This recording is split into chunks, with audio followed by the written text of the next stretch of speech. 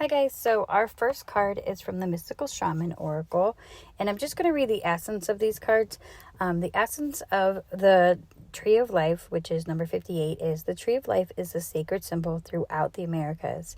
Its deep roots reach to the lower world, the unconscious, while its branches reach to the heavens, the source of destiny. To be whole in your life's journey, it's important to have deep roots and high branches. A tall tree with shallow roots falls at the first wind, but a tree with deep roots can weather any storm.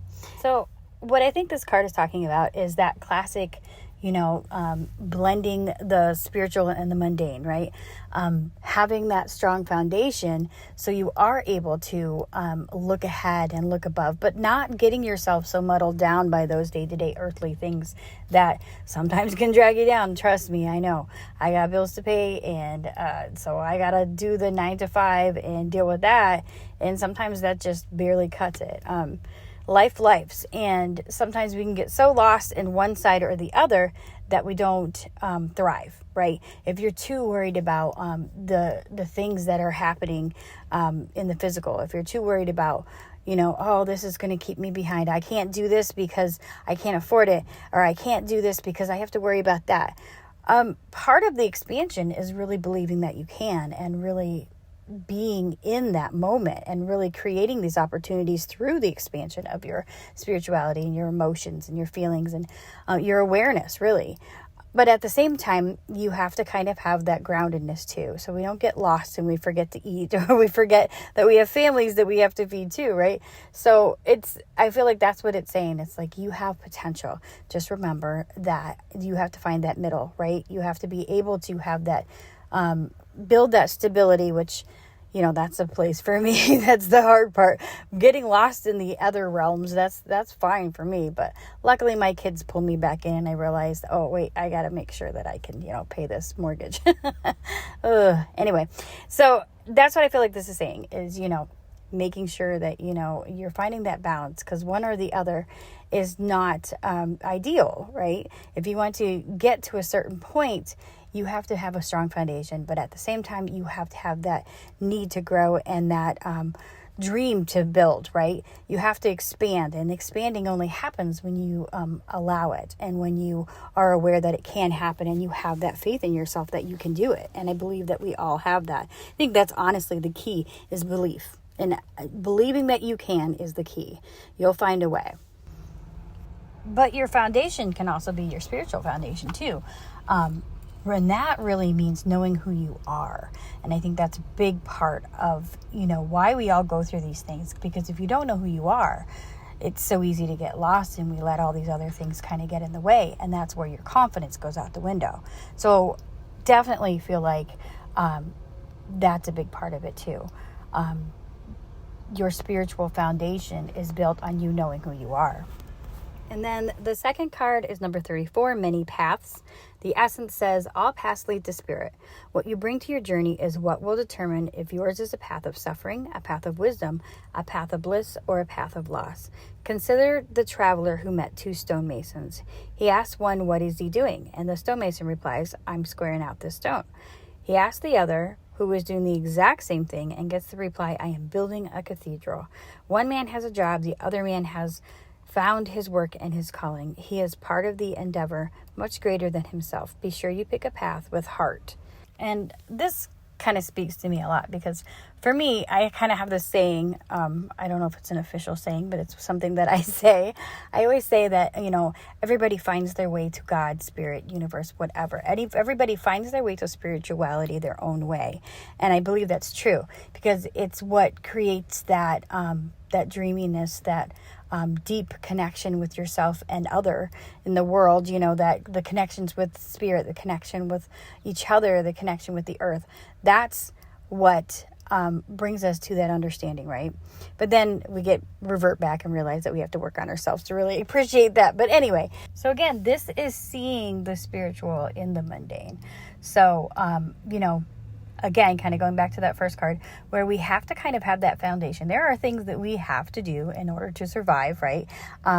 But if we think of those things as building blocks to what we really, feel passionate about, sometimes it can get you through it a little bit. Because it's easy to say, do something that you really want to do, but you have to get yourself to a steady point and a stable point in order to do that. So sometimes that's hard. Sometimes this makes us lose heart and we feel like, oh, well, I'm never going to be able to do it. Well, then you're never going to do that, right? If you believe that you're not going to make it, then you're not going to make it 100%.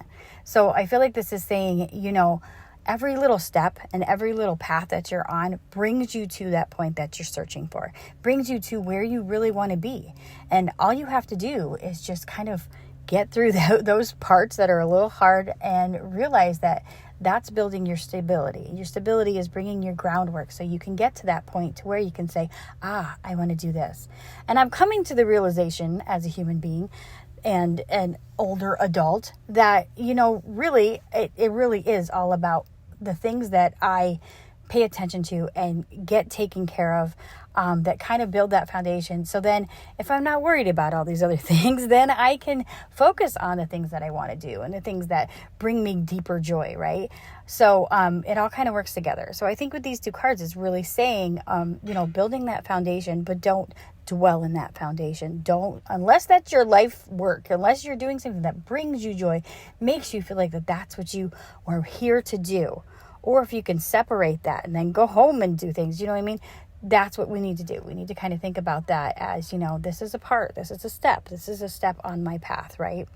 And really is perspective and how you think about things on the day to day. Because when we get ourselves down about things that we really could think in a different way, that only impedes your progress, I believe.